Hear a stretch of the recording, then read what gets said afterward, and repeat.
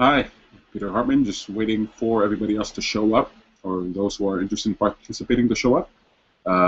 You're watching the pre-show now, starting around 6:45 p.m. If you want to get on board with us, if you want to participate live with your webcam, live with your microphone, one or both, you can join us at 6:45 p.m. Come and test out your camera, test out your microphone, make sure that everything works, and really get a feel for what we'll be doing for the show. So, look, if you're watching this now, you're watching the pre-show. Show starts in about 10 to 15 minutes. Just going to wait for people who have been invited to participate. Hi, Lee. Hello, how you doing? Well, yourself? Awesome.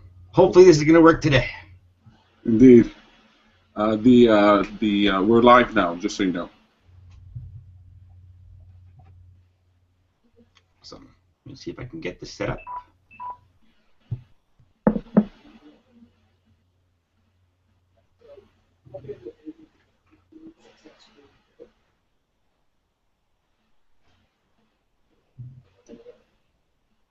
Did they come over to do anything with your connection, or is it the same? They came over a couple times. In the end, it wasn't anything in my apartment itself, but on the building, and that's where the whole issue was, which they said should have been fixed within 24 hours. I have noticed some problems still where it's like I still get the same average speed where it should be like 60 megabits per second, and sometimes I'll get 4 or 5. Other times I'm getting like 150. Okay. So I have no idea what's going on, but I notice a lot of lagging still. I understand. We'll find out if it happens. Yeah, no worries.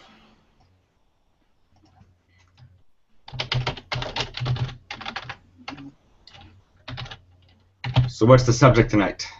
Subject tonight is imagination and visualization. Ooh.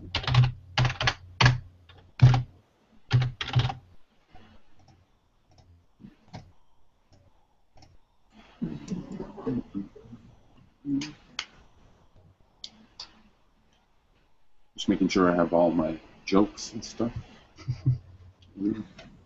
All of them? You got more than 2 now? No, I have 2. Yeah, 2 is what I have.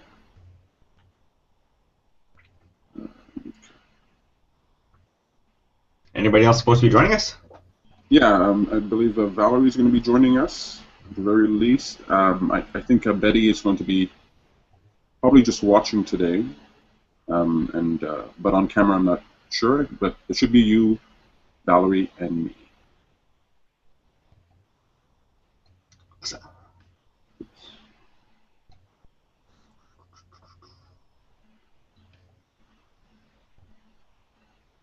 Well, so far so good with the connection. It's a good time. Yeah. You have an event on the 8th, right, this weekend? Yeah, the Sunday. It's going to be the funnest. Is it? Why? Why is this one good? Well, just because it's all about having a better attitude, why it's important, how to.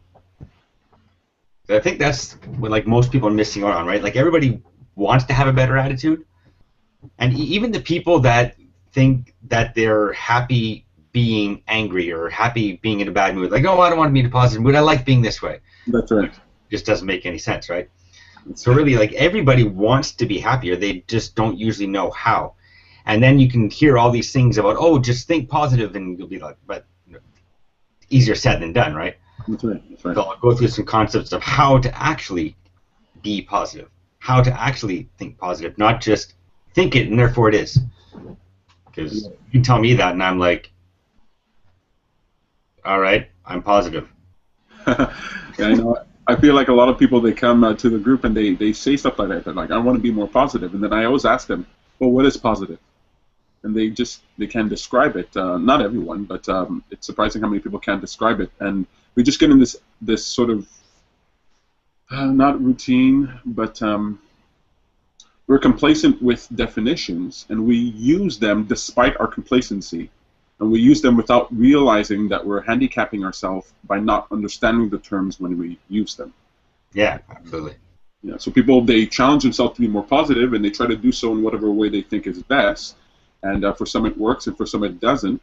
And for people who don't, they don't realize that the root of their problem is in how they're defining the situation, not in what they're trying to do. If positive means that you have to be happy and smiling all the time, well, then I'm not always positive.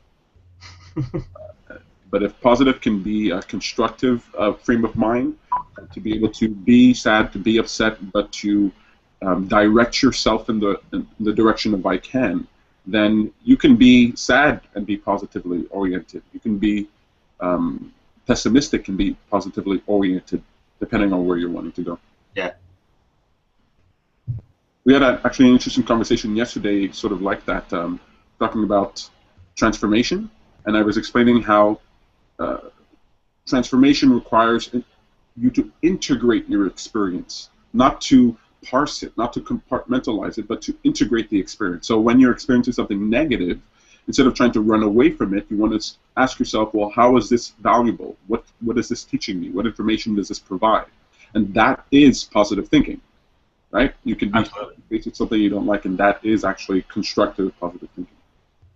That's right. I was actually recently reading a book called The Serious Power of Fun. But it's actually really interesting.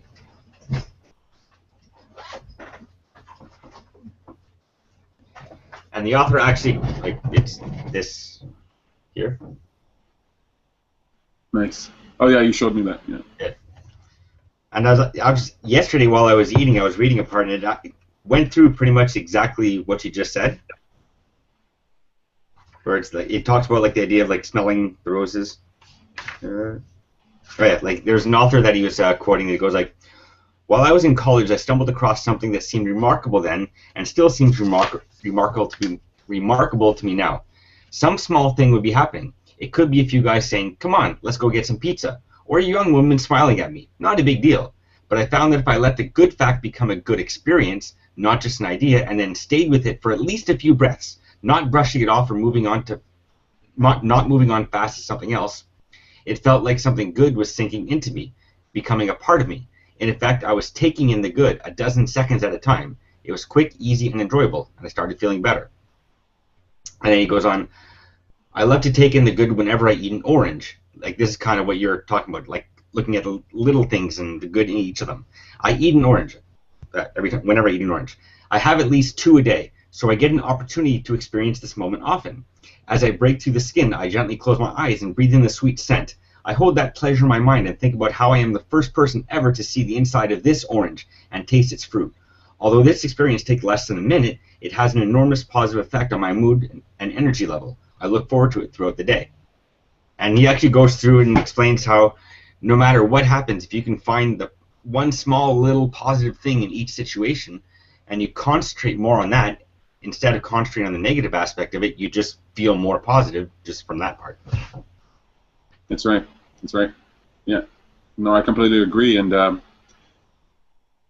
I spend a lot of time trying to think, like, what is it that either prevents people from doing that, or what lesson did they not learn growing up where this isn't obvious to them? So I call it savoring the moment. You want to savor the good things, or you want to savor whatever is happening, not just sort of. I see people, they eat their food and they eat quickly, and then they're done before they even realize that they ate, and they don't really take the time to enjoy their food. Now, maybe I take a little too long. I mean, I can actually eat a meal over the course of an hour or two, and there's still stuff left on my plate, whereas everybody else is done. But there's a middle ground there where everything you do, I tell people when I go shower, I will try to go and shower for an extra 5 minutes, so I have 5 minutes to spare to just enjoy the shower. And so if I have to wake up 5 minutes earlier to have that enjoyment, then I'll do that. Yeah.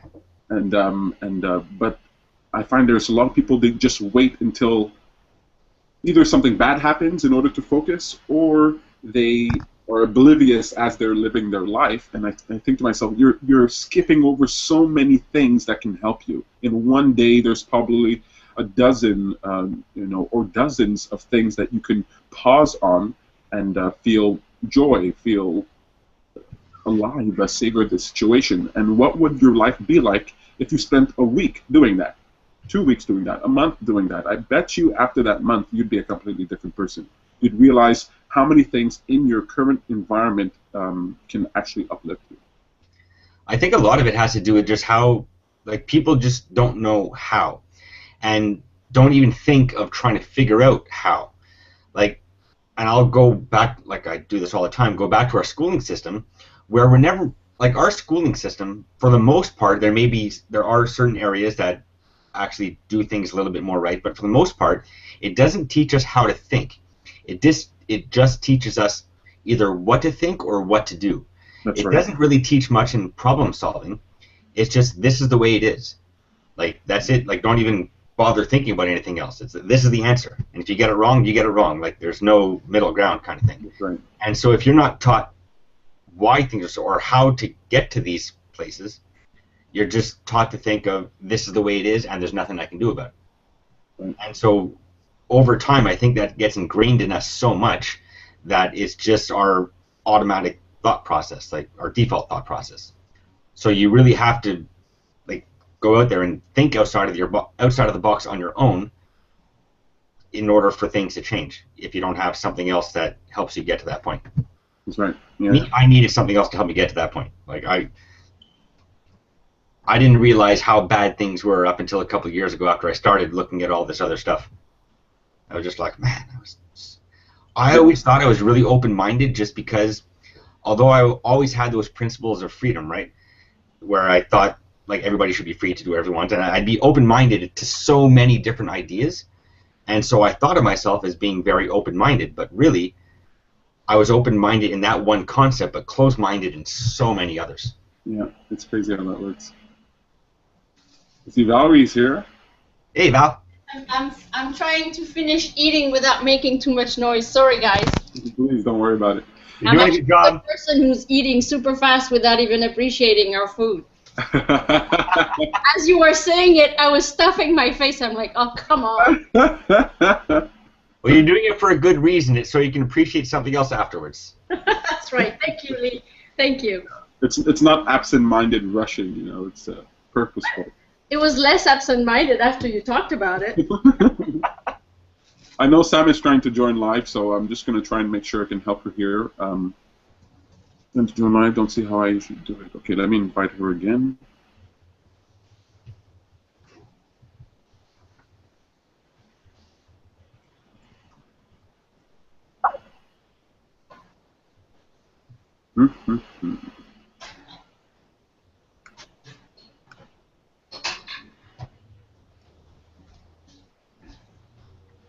So, Lee, you've got a great connection now? I'm hoping so. It's still not perfect. Like I was saying earlier, there are some things that still happen. It still lags here and there, but not as nearly as bad as it used to be. Okay, good. But I'll find out for sure how it is when I watch the hockey game afterwards.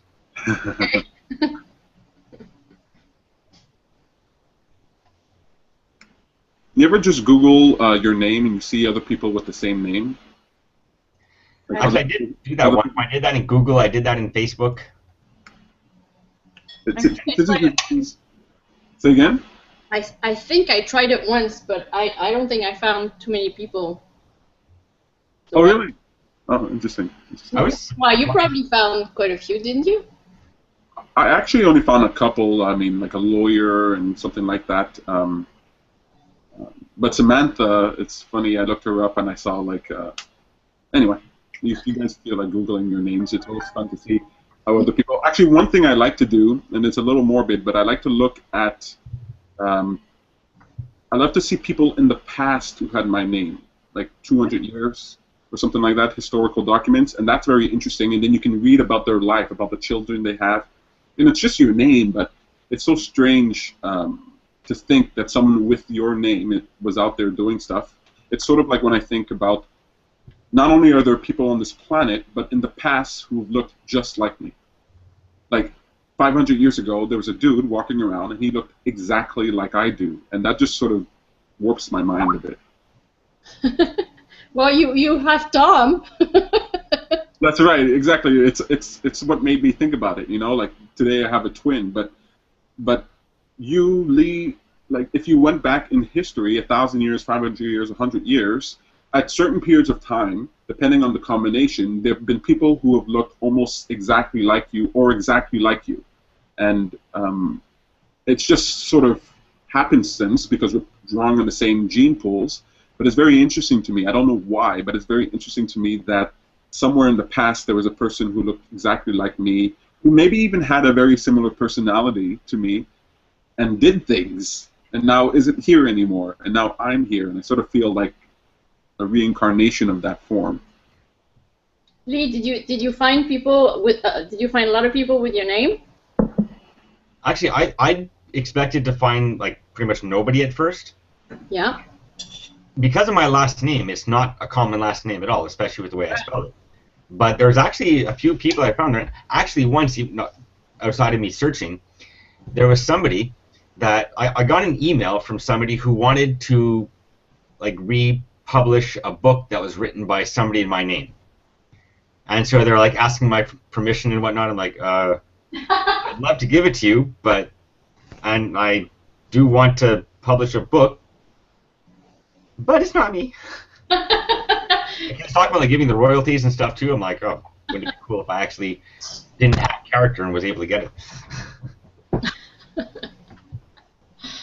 That's funny. So my name is out there, kind of. Although lately, I actually started seeing my stuff coming up first now. I don't know if it's because Google knows it's me and so it shows it to me that way, or if I actually come up more on top of the search engines now. I'm not sure. Well, that's good. I thought so. Yeah, it's pretty cool. I'm still trying to get Sam here. I'm just going to try for another minute, and then we'll start the show. Let's see here. Let me try email.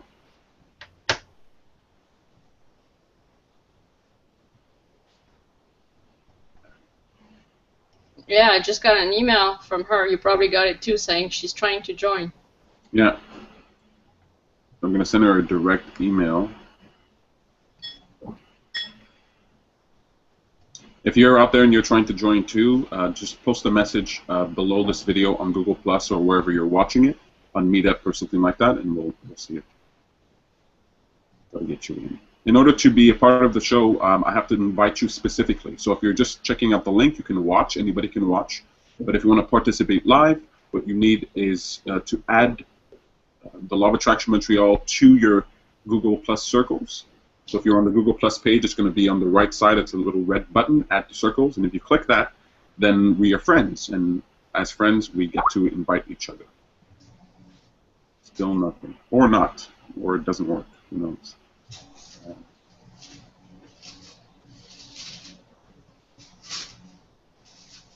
I wonder why it's not working.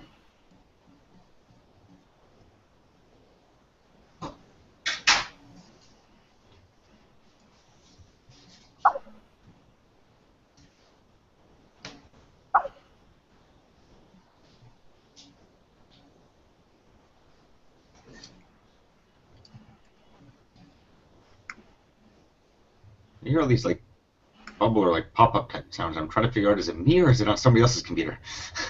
I had two here actually, one on my device and one on Skype. There we go. That's me again. Okay. I'm looking at my computer like, what is doing that?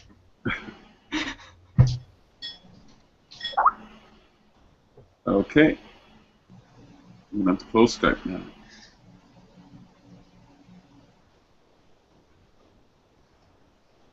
Well, that's too bad. We can get Sam in. Hopefully, she'll be able to join us. Can you guys still see me? Because I don't see my picture anymore. Yeah, I see you. Yeah, I can see you. Interesting. Okay, there I am now. Okay, great. So we're going to be talking about imagination and visualization. So we'll do introductions. We'll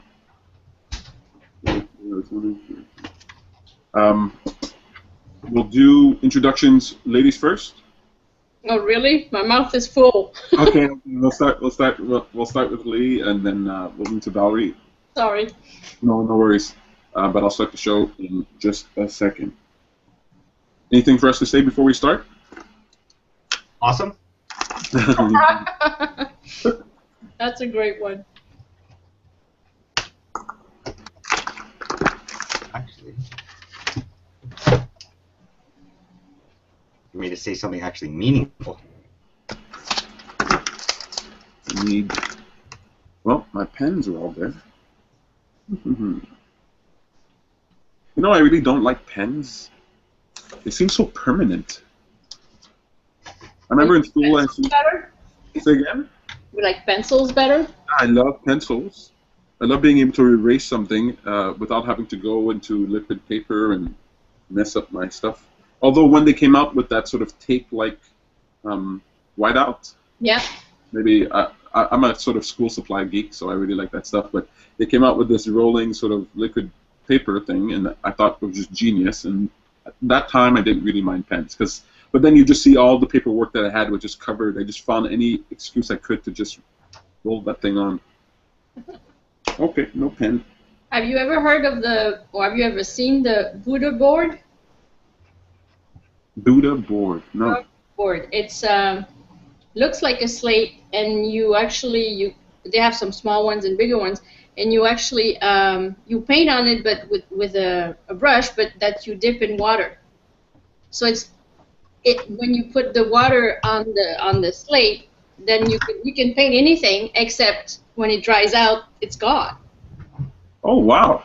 I know, and so this is how to learn not to be attached to anything. I really love that Buddha bar. I gotta write that down. That's pretty cool. Okay. Perfect. Let's start the show.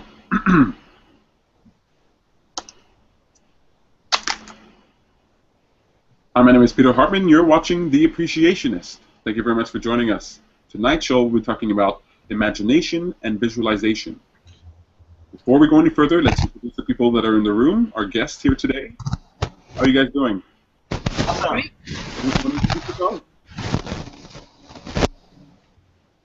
I'll let Lee go first. Sorry, I got a lot of static there. No worries. I just heard static.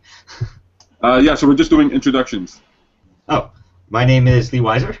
I got a website at leadership2freedom.com. I basically help people get better information into their lives so that they can live lives more successfully in whatever area they're looking for. Awesome. Who's the lady in the room? Hi, I'm Val. Here every Wednesday, pretty much. I love it here. I've been studying, kind of, the law of attraction for the past 5-6 years and applying it to my life, and made a big difference. And it also led me to Peter's group last summer, and I've been enjoying wonderful discussions with all kinds of people and getting a lot out of it. Awesome. Very cool. And of course, I'm Peter. I'm your host. We had a fun time yesterday at the group discussion, didn't we, Val? Did. It was cool. We talked about that transformation. It was very enlightening. Today we'll be talking about imagination and visualization, which is the same thing. And I'm really excited about this topic. Before we go any further, the most important thing that we do in the show on The Appreciationist is to take a moment of appreciation. A moment of appreciation, what we do is that we just look back in the past few days, the past week or so, and we mine our experience for something that we can appreciate. The reason I love appreciation is because it's not only about recognizing the good values of a thing, it's not only about realizing, being grateful for something, being thankful for something, but it's also choosing to enjoy it, to enjoy that appreciation, to enjoy that perspective. And so what we're going to do here is just a little exercise where, I asked the people in the room for a moment of appreciation. If you'd like to participate with a moment of appreciation and you don't want to do it on a webcam, feel free to post a comment. We'll read it on the next time in the next show. Always want to hear about what you appreciate, the things that went well in your life, or the things that didn't go well, but now you can look back and find some value in it. So maybe we'll do a moment of appreciation in the order that we did introductions. What do you feel like? Sure. Cool. Lee, you're up. Well, me, it's a couple things right now, actually. One, I really appreciate the walking down Mount Royal last Saturday. I didn't realize how much I was walking. Like, my legs are still sore now because I started there so early, just walking down Mount Royal Street and then back, and then, like, I was practically, like, sore before I even started the hike part of it. But the pain is a good type of pain. I like it. But also, it was a great time, great day, had a lot of fun. I appreciate what's happening this Saturday because I'm going to a leadership seminar, and it's actually my business partner and mentor, who's actually coming down from Moncton, and he's going to be the keynote speaker there. So I'm really looking forward to that. Great. And of course, I appreciate you for letting me do my events that I'm doing this Sunday too. Can't go on without saying that. That's right. That's right. This weekend, we'll mention it at the end of the show. But this weekend, you're doing. Is this your third or fourth installment? It's the third topic, but fourth time I'm doing it. Awesome. Awesome. Yeah. First time we did twice. We were talking in the pre-show about how you were excited about it. You're looking forward to it. Why is it that? So what's the event this weekend going to be called? It's going to be having a positive attitude. The whole idea is to make different resolutions to improve our lives in different ways, and this is one of the funnest ones because it's about having a better attitude. It's about being happier, being more positive. And who doesn't want to be happier? So we can actually talk about something fun. All the other subjects, although they may be more important in some aspects, they may even help you out in many more ways, but it won't be as fun as this one. Awesome.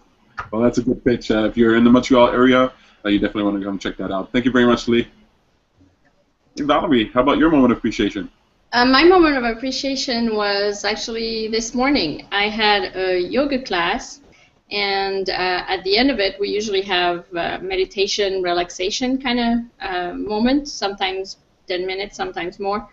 And often she has a mantra at the end of it. So she just puts the music on, and we just, listen to that, or sleep through it. Sometimes it happens.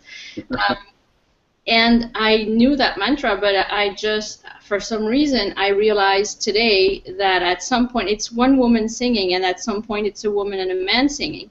And I had heard it before, but for some reason I really got into it. It changed. I mean, it's like I was in a different dimension. Those two voices, the harmonies, it was just beautiful.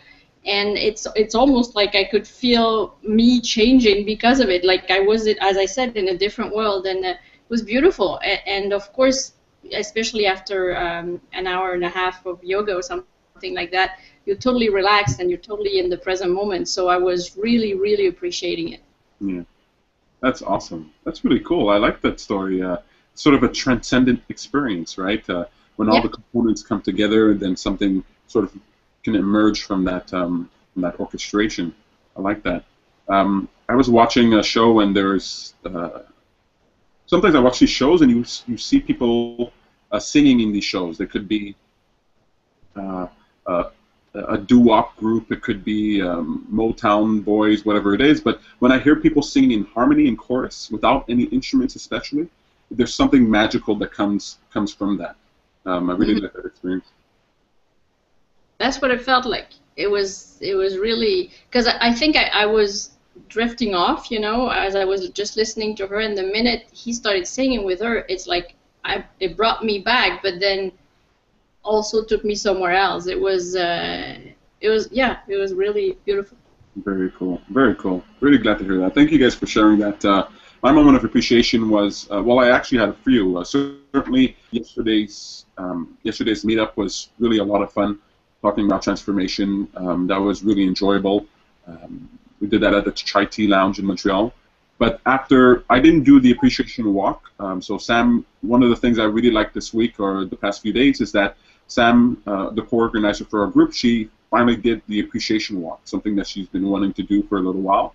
And where she took people out in nature onto the mountain, and they just had a walk, sort of enjoying their time. And I was really happy just sitting at home, working and knowing that this was happening, out there, and people were having a fun time. So much so that I couldn't help it. I couldn't resist. I had to go out towards the end of the meetup and try to find you guys, try to catch up with you guys. And so afterwards, seeing everyone, seeing the new people, seeing the regulars, everybody really appreciating it, the wonderful weather, that was cool.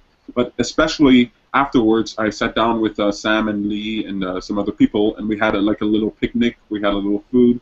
And those moments are always so satisfying to me because you're just around with a small group of people that you're close with, and you're just sharing ideas. You can talk off the cuff. You can talk about things that are you'd probably never mention in professional company in a group. So it was really fun sitting down outside, having interesting conversations with interesting people, and that was really the highlight of my week. All right. Look, the highlight of my week is just about to be beaten by the joke of the week. You guys ready for it? Yep. Nice. So we're choosing between Joy, which was the runner-up last week. Might be too bright for you to see, but Joy, and Insight. Uh-huh. What do you guys think, Joy or Insight? My vote is going to go with Insight. Me too. You know why? Why's that? I have no idea. I'm asking you. Well, I think it's because you can tell the joke is going to be good. It's going to be good. It's going to be great. It's going to be amazing. It's going to be the best joke you ever heard. So, Insight. There you go. If you want to know what the Joy joke is, it was left over last week, maybe even the week before, and here it is again. If you want to know what this joke is, just tune in next Wednesday, 7 p.m. There we go.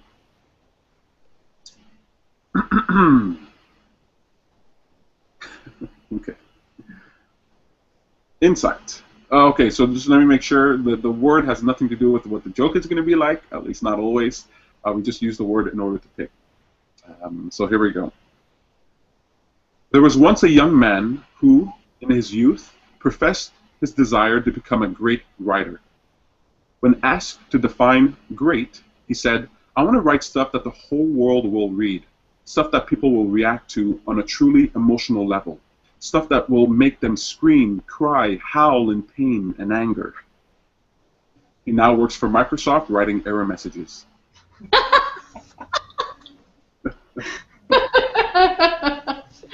Oh, that's a good. That was good.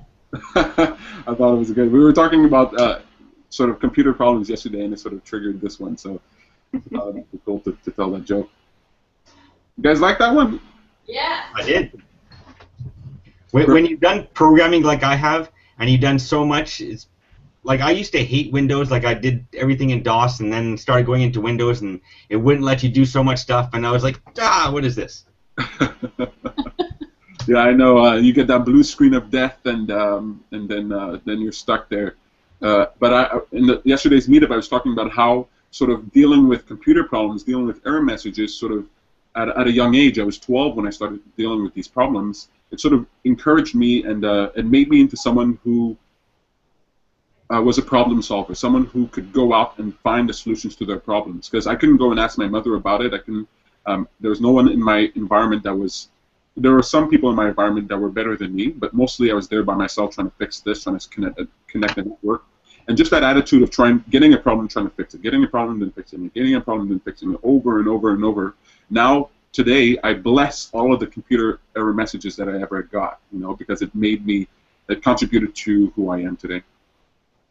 Look, I want to move to the segment, What a Great Idea. It's a segment where I just propose an idea or something out there that's worth your attention. Sometimes it could be a very sort of complicated, sometimes it can be very simple. Today it's a very simple idea. It's another app. It's an app called Mood Cup. Mood Cup. It's one word. You can find that on the iTunes store. It's for free, and what it does is that it predicts. What you do is you tell the app whether you're feeling happy, neutral, or sad. Okay, maybe if I show it to you, you'll be able to see it a bit. You said it's called Mood? Mood Cup, one word, MOODCUP. Okay. So what you do is, as you log into the app, I don't know if you can see it here. You got the light shining on it. Hang on, I'll figure out a way. Anyway, you have these smiley faces and you choose how you're feeling. Now, when you make a selection, let's say you're feeling happy. Okay, you can't see anything there. It records on today that you feel happy. And then tomorrow you say you feel happy, neutral, sad, and you do that for a little bit. And then what it does is that it predicts, playfully, it predicts 2 days in advance or a day in advance whether you'll be happy or not, whether you're more likely to be happy that day or not, based on what you've inputted. I like it, but at the same time, I would say challenge accepted. I don't know if you've ever seen How I Met Your Mother. Yes. I say that all the time now. That's it. So this is that, challenge accepted. It's like, okay, well, I'm gonna beat myself, but so I'm gonna be in a better mood than the app is telling me I'm gonna be. That's right. There are all these little things that I found that the app sort of contributed to. It's so simple, Yeah. but when you see the forecast, it says that you're going to be happy. Well, that actually makes you feel like, oh, today I'll be happy. And when you see the forecast that says I'll be sad or neutral, then you say, no, I'm going to change that.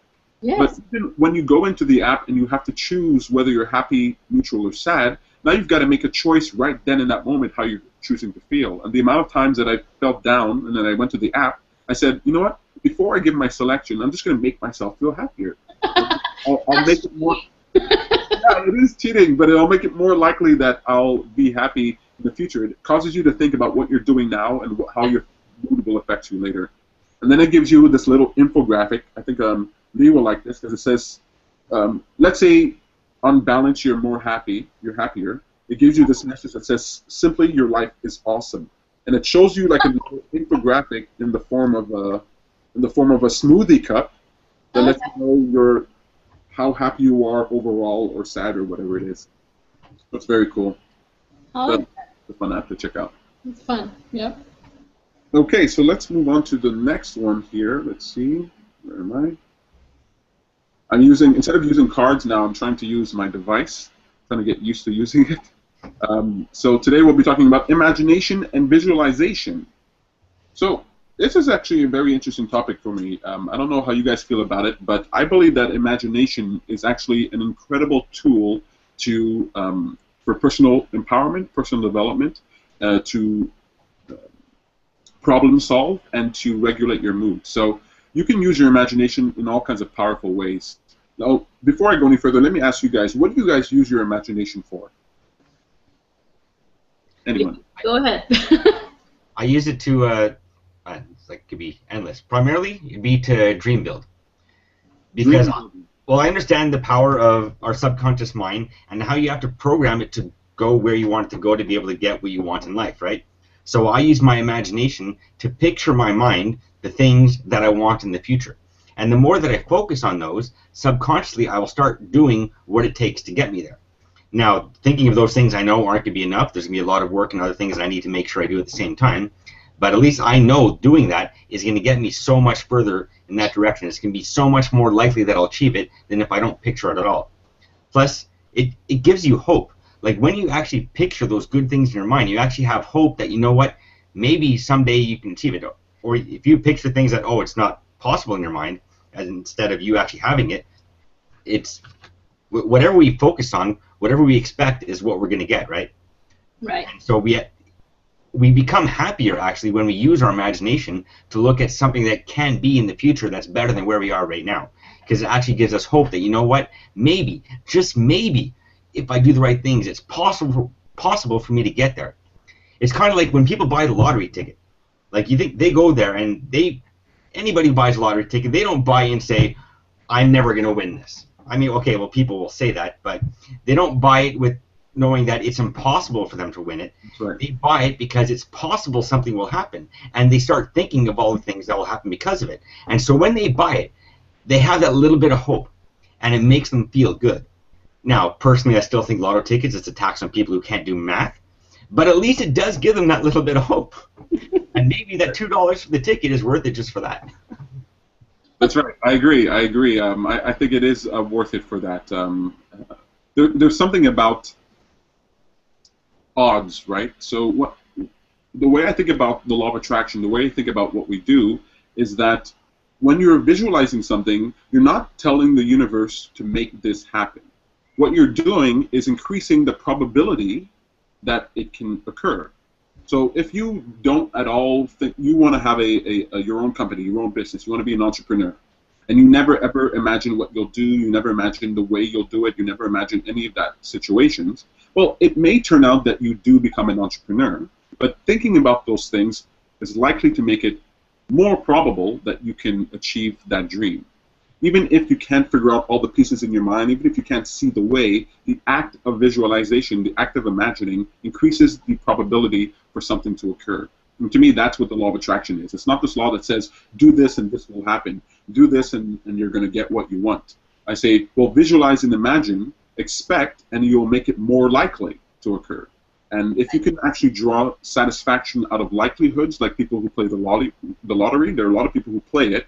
They're not some people can't do math, and some people, they're doing it because that $2 that they're putting into the pool, whatever, it's enough for them to spice up their lives. And that's sort of how I like to treat the lottery, not as an investment, but more as a game, as an opportunity. And if you can go and watch a movie to feel uplifted, if you can sit in the park to feel uplifted, then contributing $1 or $2 to a lottery might be very cool. So I like the way you said imagination for dream building. That's a very good way of putting it. Valerie, what about you? What do you use your imagination for? Can I say something about the lottery for just a second? No, I'm sorry. We've passed. I know somebody who won the lottery twice. Now, how do you? I mean, how does that happen? You know, like the odds is just nuts. It's like, okay, or how does the law of attraction come into that? You know, how does it play? Anyway, that was just some food for thought. But imagination. Well, before you go any further, I'll remember what you're going to say. But I wonder what Lee has to say about that. What do you? Yeah. I would say it has nothing to do with the law of attraction, other than the fact that maybe he thought about winning, so he was attracted to buy the ticket. But it went no further than that, because I don't believe in any metaphysical thing like as you think it, you're going to make the energies make things happen. Like, I don't believe in any of that. There are a lot of people that do, and you know what? Maybe I'm wrong. It's just personally not what I believe. But I do believe that at least thinking certain things will cause you to do. Like him, he would have continued to buy the tickets because he had the belief and he thought about what could happen, which caused him to go get it, which allowed him to win again. Now, yeah, extremely unlikely that it would happen, but that's what chance is, right? It's potential is possible that something could, you say like lightning never strikes the same place twice, right? But there are people who have been struck by lightning more than once. Yeah, some people, their house was hit by lightning twice. So yeah. That's right. I agree. And chance is really the magic word there, because this is what I believe, Valerie. The world is so big and has so many people that any combination of strange coincidences is likely to occur. On any given day, it's likely that some crazy thing will occur, some crazy coincidences. There are all kinds of examples of people just,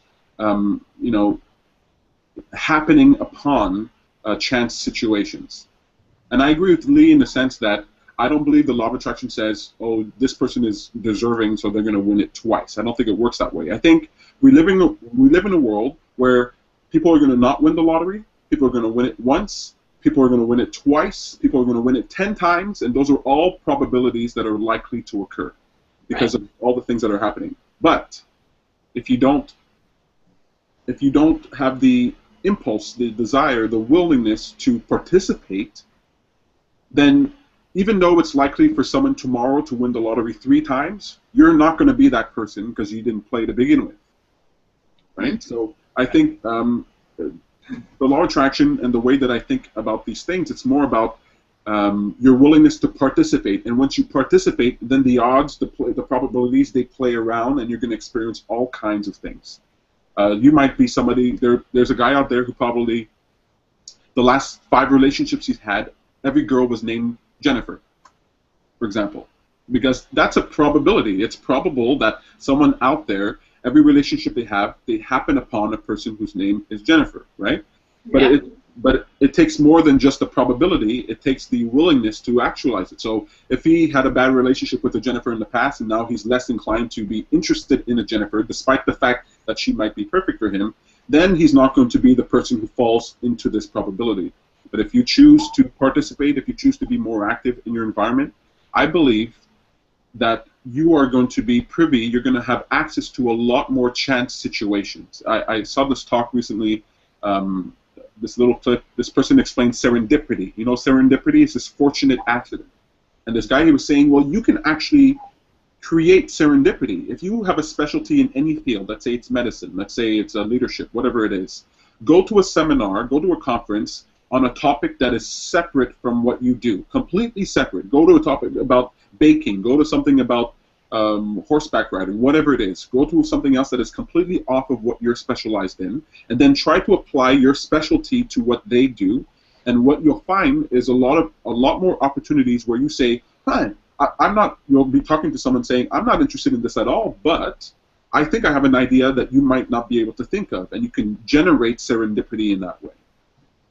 And so I think the law of attraction, the reason this guy won 2 lotteries is because he played, and he was willing to play. And because he was willing to put himself in that zone, the probabilities lucked out on him. So what do you use your imagination for, Valerie? Okay, so first of all, for the longest time, I thought I had no imagination, and realized that I did. But I use it for, I would say, well, I use it for a lot of things, but 2 things in particular. During meditation, I try to meditate every day, and so during meditation, it's very hard to quiet my mind. So thinking of, you know, a place where I feel good or something like that, so that I use it for that. And it doesn't have to be a place that I know. It can be a place that I make up. You know, I can just invent the whole thing. And I've talked about this before on another show. I have those pieces of papers where I have 1 word on each piece, and it's another kind of meditation. And of course there are feel-good words, and I pick one, and it's random, and I put it on my heart, and then I use my imagination to feel it. And I want it to be very intense, so of course I build a whole story around that word, because usually I try to spend about 3 to 5 minutes on it, on the word. And so that's, and I find that it gave me, it's kind of a tool now for me when I don't feel good, or if I feel down, and then I notice it, and I'm like, okay, so what is it that I need right now? And usually it's one of those words that I have on those pieces of paper, and so then I can just go in there and just feel it, because if I need it now, then I can just imagine it, and then I make myself feel it, and then I am kind of fulfilled. Very good. I like that. That's very sort of 2 different ways of using imagination. One is as a dream builder, and the other one is as a to reinforce or to encourage, to conjure up positive emotions, right? One that's more about how you feel, and the other one is more about, say, the future, right? Yes. And I really like those 2, the juxtaposition of those 2 ideas, because that's what it is, right? Your imagination is a simulation engine. It allows you to simulate your environment, the past, present, and the future. And it's the result of high intelligence. The intelligence is the ability to predict future events. How will these patterns influence future patterns? So your brain is a pattern recognizer, and to the degree that you're intelligent, human beings are very intelligent, we're able to forecast and predict the future. And in so doing, we're able to shape our actions based on our willpower and our vision, our intent and our vision.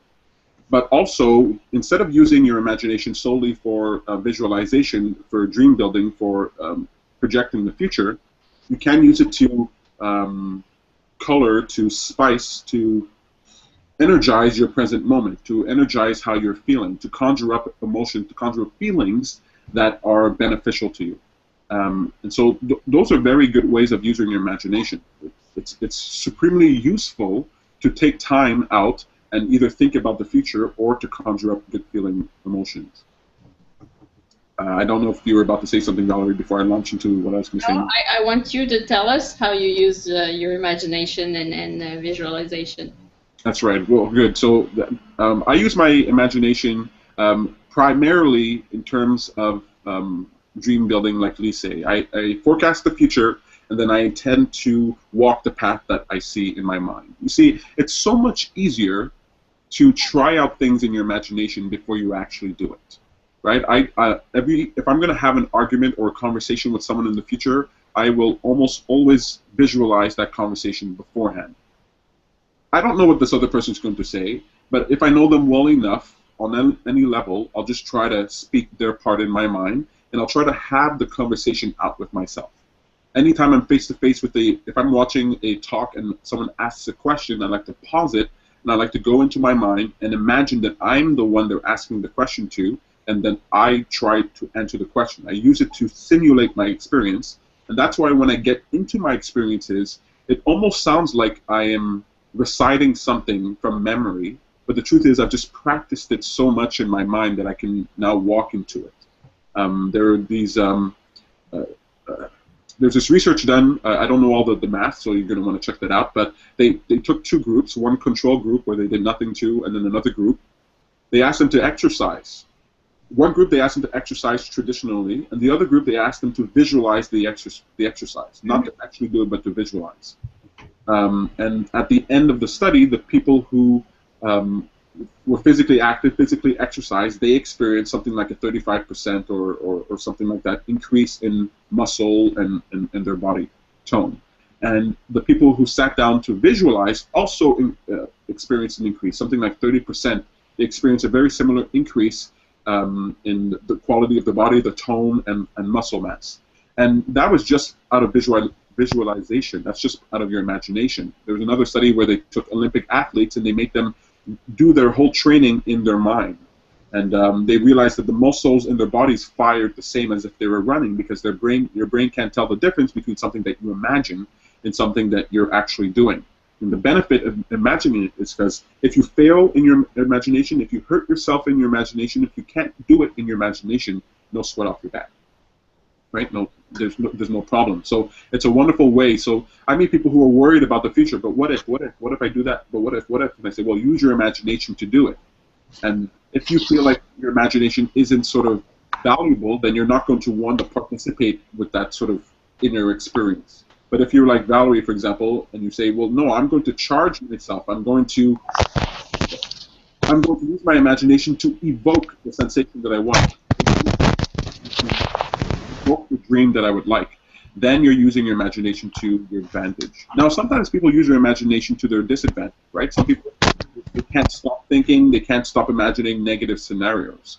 And if you can use your imagination as a training device to train yourself towards better feeling thoughts, instead of waiting for the moment, your real life to bring it forth to you, then again you're using your imagination to the greater degree. You're using it not to react to a situation, but to be proactive in the way that you are priming yourself. The way I use my imagination the best is that I actually create, and this is something that I suggest people do as in terms of practical advice, create a place in your imagination, in your mind, that you can go to at a moment's notice. So I have a garden in my head. I have a campsite. It's by a river. I go fishing there. I plant food there, and when I visit it again, the food has grown. I roast food. If I need anything, let's say a rabbit to cook for dinner, I just call out to the forest that's around me, and a rabbit comes out of it. I've had conversations with my past self there, with my future self there. I have this place in my mind that I have to create, I have to build it plant by plant, I have to imagine it over and over, but I've done it so often that now it's this place that I can immediately go to. And if I'm ever down or bothered, if I am trying to meditate and it's not going well, I just go to that place. So that's something I encourage you to do. Create a place in your mind that you can go to. The refuge, right? Yes. It's your little Glen. So anyway, that's my practical advice for imagination and visualizations. You don't want to use it to tell the universe what you're wanting. You want to use it to prepare yourself for what the world is offering you.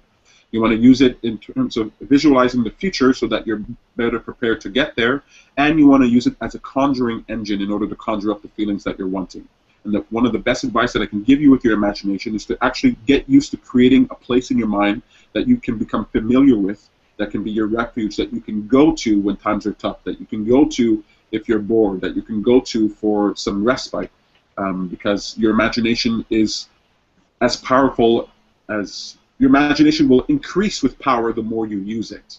And so if you might think, oh, I don't have an imagination. My mom told me this. She goes, I don't have imagination. I don't imagine much. Well, once you get used to using it, then that imagination becomes more part of your experience. And it's fun. Look, I left out the biggest part, right? It is fun. This is how I found out. I met a friend on the internet because we had the same interest, and we ended up writing a story together. And so, you know, just for fun, because we would just we'd say, okay, there were three of us at first, but it was like, okay, you're in charge of the context, and you're in charge of the characters, and you're in charge of, and so we ended up, creating crazy stories. But it was a lot of fun, and often I would just let the weirdest thing come to mind. It's like, no matter what comes up, I don't care if it makes no sense, I'll just go with that and I'll write it. And it was an awful lot of fun. Yeah, it was just yeah. Right, very cool. Well, before I go any further, Lee, anything you want to add to that? No, I think our imagination is an amazing tool. It can be so good to us, but we have to be careful, because at the same time it can be so bad to us depending on how we use it. Because we can imagine good things, but some of us, if we just keep thinking about how things can go wrong, and I think a lot of people do that, like, things are much more likely to go wrong. So we have to make sure that we're using our imagination in the right way to get the most out of it. That's right. That's right. I agree. And so the important thing to remember is that your brain does not know the difference between something that you imagine and something that you do. And so you don't want to treat your imagination with sort of the laissez-faire, a lethargic way of thinking, a lazy, complacent way of thinking. You don't want to think to yourself, well, I'm just thinking it, so it doesn't matter. You want to realize that your imagination is as significant as you actually doing it. A little less because it's not in the real world, but it's as significant because your body is responding to it. And so if you're going to, the same sort of intentionality that is required to eat healthily, to eat food, to gain proper nutrition, that same attitude you want to have when you're putting in thoughts and ideas into your mind. You want to choose them. You want to choose what you're thinking based upon how healthy, how likely it is to help you, and how good it feels, as opposed to what you should be thinking about or things that you're worried about. Because it is a double-edged sword, right? And you can use a sword to defend someone, and you can use a sword to cut your hand off. I mean, my goodness, I've got a sword here at my house, and every time I play with it, I have to think to myself, is this the day that I stabbed myself by accident? my swords, they stay on my walls. They stay on your wall. Actually, to be fair, I just went to the room. It's not on my wall right now. It's kind of like sitting in a corner right there. But But I want to give the example of I think I remember seeing Anthony Hopkins one day in an interview. He was saying how, because of some of the roles that he had that were so tough, like Silence of the Lambs and stuff like that, so intense that there was no way he could do like one movie a year. He really had to get away from the character, because your body, as you said, your body actually believes, and especially if you're a very good actor and you really get in character, it's bound to affect you, and there's some of those characters you don't want them affecting you, so it takes a while to get away from it and I guess go back to who you really are. That's right. It's incredible. I heard a story, I think it was Heath Ledger who played the Joker in The Dark Knight. Right. That movie, the Batman movie. Yeah. He's a method actor, or was a method actor. He passed away, and he to get into the character, he did things. He went extreme. I think he even did drugs and heroin. That's what killed him. He was killed in sort of preparing for this role, or studying this role, and it's incredible the power your imagination has. It can lead you down dark roads, but equally, you want to realize. Jim Carrey said this, I think, at the Intention conference. Everything that has been created in this world has been the result of intent, or the result of imagination. And if you can appreciate the parks that you're in, the building that you're in, the products that are created, medicine, education, whatever it is, it's all because someone sat down and imagined how the world could be better. And so I know the imagination can be a tough tool to sort of get a hold of. I remember when I started learning how to use a hammer, the amount of times that I hit my fingers and hurt myself. But that same sort of risk that is inherent in using your imagination can also provide you with incredible rewards. And so practice makes perfect. Imagine the little things. Imagine something that's easy. Get used to using your imagination. Forecast your experience. Before you walk out of your house, imagine what it might be like on your way to the metro, on your way to your car, as you're driving. Before you eat a meal, imagine for a few seconds how it might be to eat this meal and how you will be enjoying it. Before you meet your girlfriend or your lover, ask yourself, how will it be when I see them? Before you make love, you take take a moment and say, how will this be? Will this be enjoyable? Let me imagine what could be, how I can improve it. And when you get in the habit of doing that for all the little things, when it comes time to forecasting your career, when it comes time to conjuring positive emotions because you're feeling really down, you will have become an expert at it. You'll become practiced at it. And really, that's the only way to achieve real change. I think we lost Lee. Oh, yeah. Oh, my spiel went on too long, and I was just about to end, too. Oh, it's too bad. Well, look, you think I'll be back? I don't know. I don't even know how long he's been gone. It just sort of been in my own head for a second. Okay. Well, look, I'm going to pause here for a second. I'm going to end here. I want to thank you guys for participating with us. I was going to thank Lee and Valerie. You're going to have to hear me through technology here, but I really appreciate you guys coming out. It was really a lot of fun to talk to you guys. Just want to let you know what's coming up for our meetup group.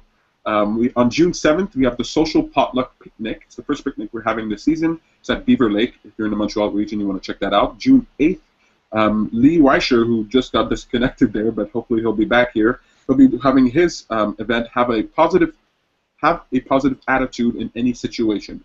Something that he's really looking forward to it. If you watch the pre-show, you can hear what he was talking about there. That's at the Rubik Center downtown. June 13th, we have Infinity. You can ask any question you want, and you're going to get answers. We're going to do that at Burritoville. It's a new location. It will be upstairs on the 3rd floor. That's June 13th, sorry. And then June 15th, we have another appreciation walk with Samantha Barley that's going to be taking place at Verdun along the waterfront. So again, if you're in the Montreal area, you want to check that out. All these events you can find at meetup.com/TLOAMTL. That's meetup.com/TLOAMTL. And of course, next Wednesday at 7 p.m., you're welcome to participate with us in the Appreciationist. Thank you very much, everybody. Thank you, Valerie. Thank you, Lee, for participating. Bye. Have a good week. Take care. That was a lot of fun. Look, maybe as I sit here, Lee will pop back in, but I want to thank him once again. You definitely want to check out his event. Mood Cup. Don't forget about Mood Cup. MOODCUP. You can find that on the App Store. It's probably even available on the Android store. It's a free app. Go download it. See how you can sort of easily affect your moods. If you have any ideas about what you'd like to talk about, subjects that we can talk about for our events or for the show, please feel free to comment on our Google Plus page, YouTube page, Meetup page, lawofattraction.ca, or happyforachange.com.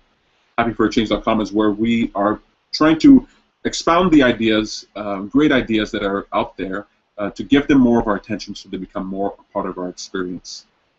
Look, there's a lot more that I can tell you, but the most that I want to tell you, my favorite thing to tell you, is that I really appreciate you taking the time to sit down with us, to participate with the show, whether it's on camera or just watching. Next week we'll be talking about creativity and inspiration, and I hope you can join us for that. My name has been Peter Hartman. You've been watching The Appreciationist. Thank you, and have a nice night. I was stalling and Lee didn't show up. Where are you, Lee? I think he's just gone. Take care. Bye. Go away. You can stop it now. Yeah, you can stop it now. It's fine. Go ahead. You can close it. Oh, me? I should close it. Yeah, I'll close it.